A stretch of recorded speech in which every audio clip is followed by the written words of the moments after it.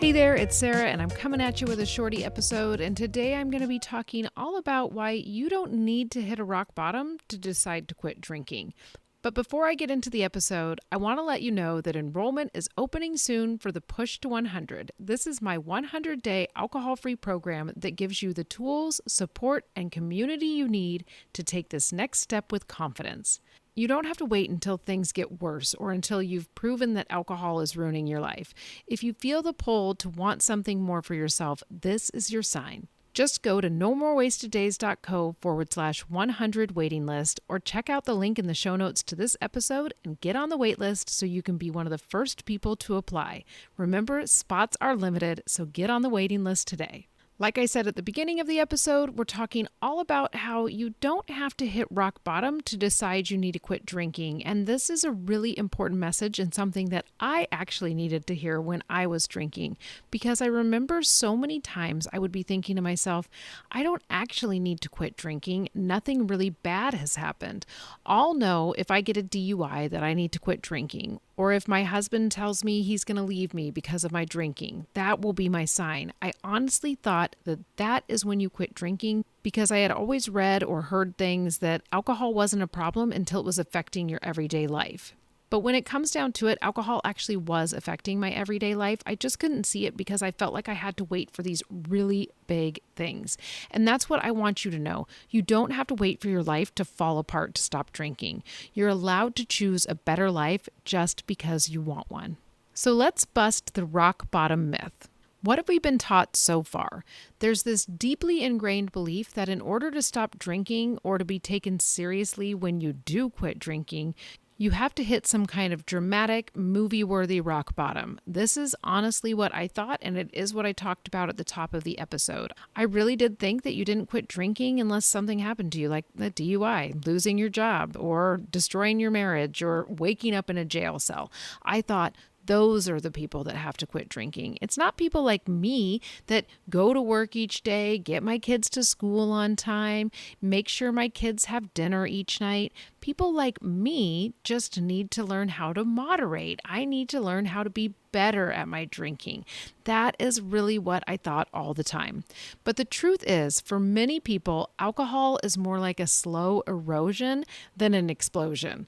And that's what it was for me. It was slowly chipping away at my energy, at my confidence, and my patience and my joy, and it was doing it all very quietly. So quietly that I didn't even really notice it was happening because at each new level, I would get used to my energy and my confidence level where it was at. I would be like, this is just who I am. And then as I would continue to drink more and my tolerance level would go up so I could drink more, it would chip away again at my energy level and at my joy and my patience and all of those things. So I just kind of kept hitting this new tolerance level, and then I'd hit this new way of life. And I was just like, this is just the way that it is.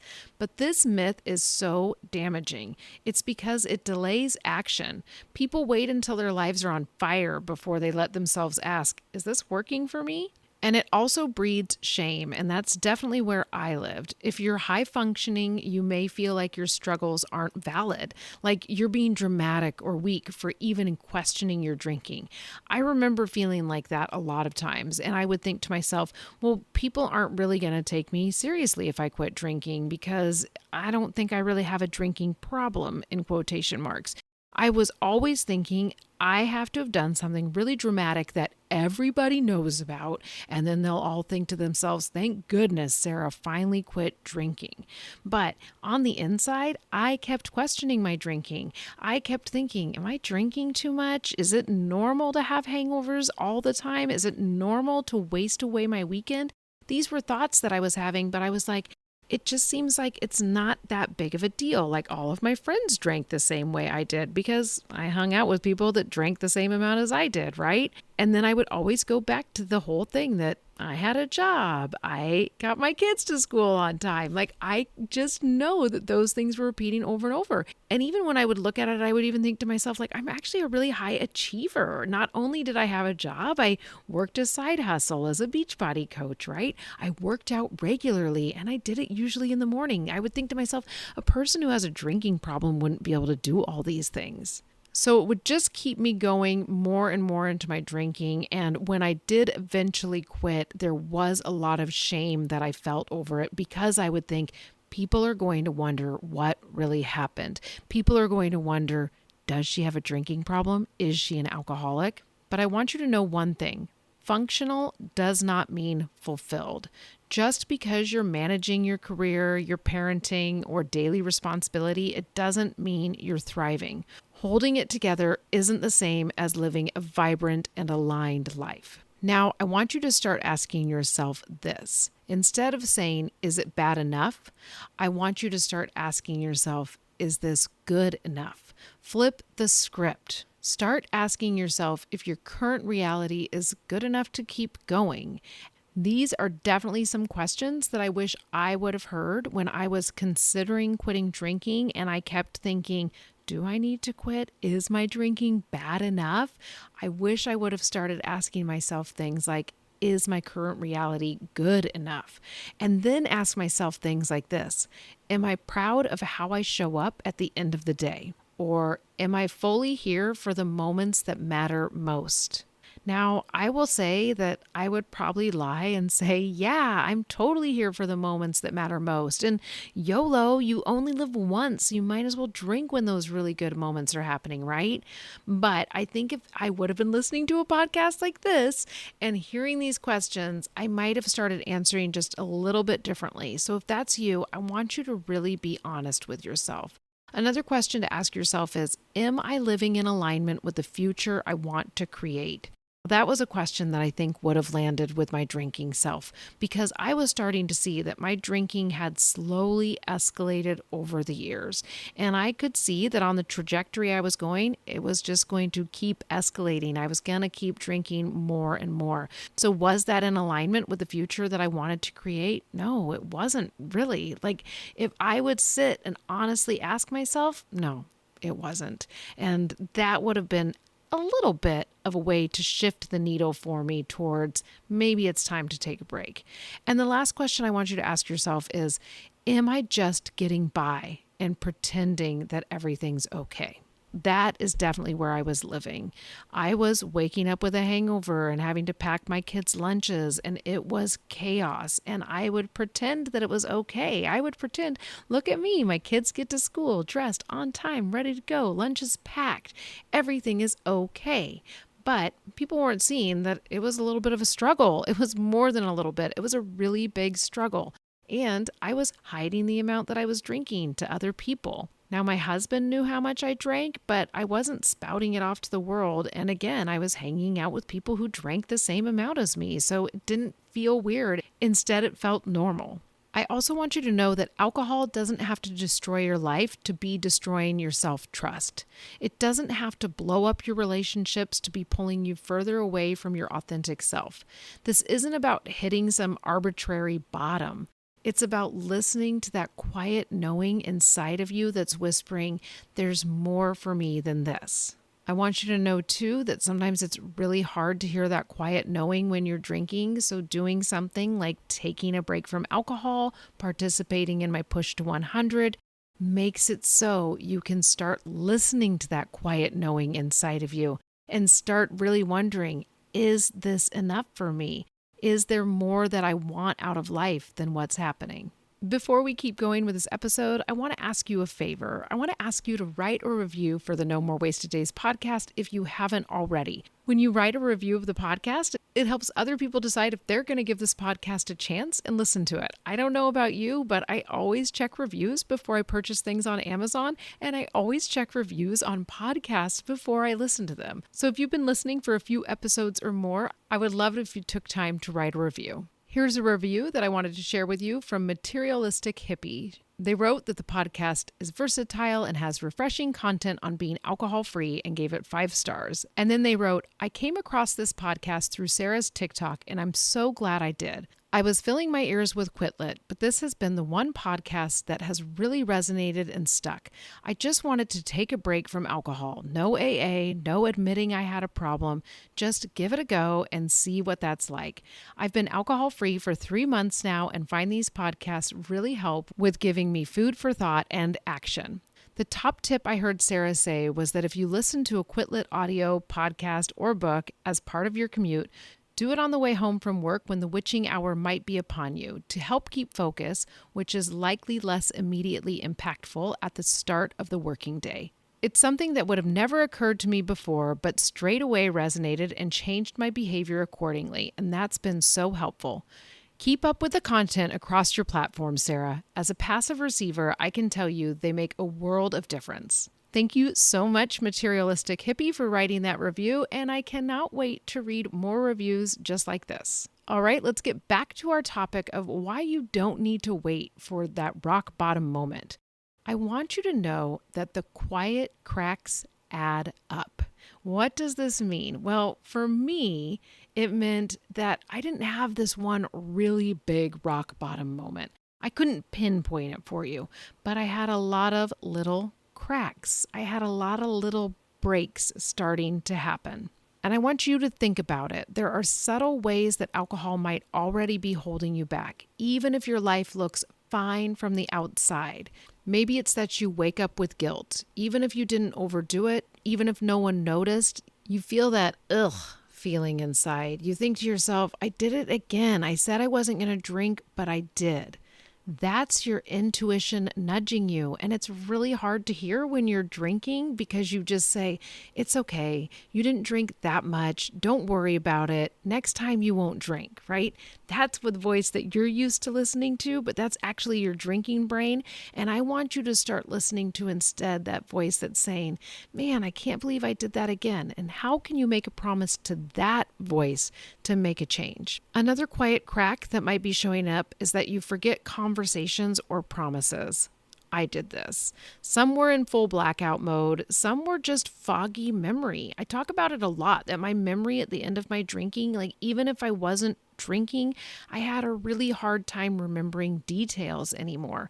But also there were the moments that were blackouts. They were moments from when I drank too much, but you replay moments, you wonder if you said something awkward, and that mental friction just becomes exhausting. Sometimes I knew I wasn't in full blackout mode from the night of drinking before, but I would still be piecing the night together, kind of going, is that what I said? Oh no, I hope I didn't say that. Just because it had become my normal to say things that I felt stupid about the next day. So I just started to assume that I probably did that. Another crack that may be showing up is that you're more reactive. Your patience is thinner. Your fuse is shorter. This showed up for me in the way that I reacted with my kids. I would be so tired by the end of the night, and I would have already had at least one glass of wine while I was cooking dinner. And then when we had dinner together, I was always so impatient with them. Instead of teaching them how to do dinner chores, I was just irritated with them. Why don't they just know how to do this? And now I look back at it and I'm like, oh my gosh, because they were in second grade and it was my job to teach them and be their mom. But a lot of times I was like, I just want to be left alone so I can drink my glass of wine. I can't even deal with this right now. And when I quit drinking, that went away. All of a sudden I was like, oh, I can deal with this right now. I can help you learn these life skills right now. So if you're feeling like you're not the version of yourself that you want to be, this could be a sign for you. And it could be your moment to say, you know what? I think I'm going to take a break from alcohol to see if I kind of like that version of myself better. That's exactly what I did. I decided I'm going to quit for 30 days. I'm going to see if I like the non-drinking side of myself better than the drinking side. I already knew what the drinking side looked like. I wanted to check out the non-drinking side. Another crack that you may be noticing or not noticing is that you feel emotionally flat. You're not melting down, but you're also not truly feeling your life. You feel disconnected. I really remember this feeling as I was starting to look at some of the friends that I had. I kept thinking, I want all these really big things for myself. I have all these really huge goals for myself. And I don't know if my friends have that. I don't feel like when I talk to them that we're talking about these big dreams, these big things we want to do. I felt very disconnected. And in that area, I felt disconnected with the people that I was hanging out with. But you might be feeling it somewhere else. Maybe you're going to work every single day to a job that you just don't feel excited about. That was something that was happening with me. I was like, I don't know if I can keep doing this forever. I just don't know if I like this. And I just couldn't figure it out. I was disconnected. I was numbing out with alcohol, so I couldn't really see. One last crack you might see is maybe you're avoiding your reflection. There's a subtle but persistent disconnect between who you are now and who you know you could be. Now, I'm not talking about the reflection you see in the mirror, but really look at yourself and start thinking, is this the life that I thought I was going to have at this moment in time? Is this the person I thought I was going to be? And if you're starting to think, no, I always thought I'd be at a different place by now, quitting drinking could be the thing that propels you to that new spot. Remember that none of these moments are these huge rock bottoms that we think about, the things that we see on TV, right? It's a quiet erosion of your energy, your spirit, and your presence. And it's okay to say, I want more than this. And that's what I want to talk about last. You're allowed to want more. I want to give you permission, maybe for the first time ever, to make a change, even though there's nothing dramatic or catastrophic happening. You don't need a label. You don't have to call yourself an alcoholic. You don't even have to be 100% sure that you're quitting forever. I didn't call myself an alcoholic probably until like 3 years into my journey. I had a hard time telling people I was sober for a long time. I didn't like those labels. It's probably because of the shame around those labels, right? We think, oh, people who are alcoholics had a huge rock bottom moment. So they did something terrible and it ruined their life and they had to quit drinking. But have you ever stopped to think that maybe somebody just chose to quit drinking because the other side of life was way better for them? That's exactly what happened for me. I was like, oh my gosh, this side of life is so much better. And I did this all by not telling everybody I was going to quit forever. I really started and I just told people I'm taking a break. I don't know how long it's going to last. At the beginning, I said, I know I'm going to go for at least 30 days. And then I started saying, I know I'm going to go for at least 100 days. And then after that, I started being like, yeah, I know I'm going to go for at least a year. That's what I did. I just did it in these small shifts. And at a year, I knew I was quitting forever. I knew I wasn't going back. But it took me taking it in those bite-sized pieces at first. I also want you to remember that you don't have to drink more than your friends to want more. You can stop even if everyone around you drinks more. Your intuition is louder than their habits. And I want you to remember that you are the most important person in your life. The only person you're guaranteed to be stuck with for the rest of your life is you. So you might as well make you happy. I purposely hung out with people who drank the same amount as me. That wasn't a coincidence. That wasn't just because it's like, oh, all people drank as much as me. No, I made sure I was with people who were going to drink as much as me. So I felt seen. I felt normal, right? But I could always look at some of my friends and say, well, they drink more than me. Well, at least I'm not drinking as much as that person. But I had to really start going, stop comparing yourself to other people and decide you're going to do this for you. Lastly, I want you to remember that you don't need permission from anyone else. You can walk away from something that's quote unquote fine because you know it's not aligned. You can want more peace. You can want more presence, more vibrancy, and more you to start showing up. Being alcohol-free is not a punishment. It's an invitation to return to yourself. If you're waiting for a big breakdown to justify your decision, consider this your breakthrough instead. Choosing an alcohol-free life because you want more for yourself is one of the most self-honoring choices you can make. You don't need to hit rock bottom. You don't need anyone else's validation. You just need that inner knowing that you're meant for something more. And if you're feeling that, you're already on your way. If this episode spoke to you, I'd love to support you in the next chapter. Join the Push to 100 waitlist at nomorewasteddays.co/100 waiting list or check out the link in the show notes to this episode. Remember, you don't need to hit bottom to rise.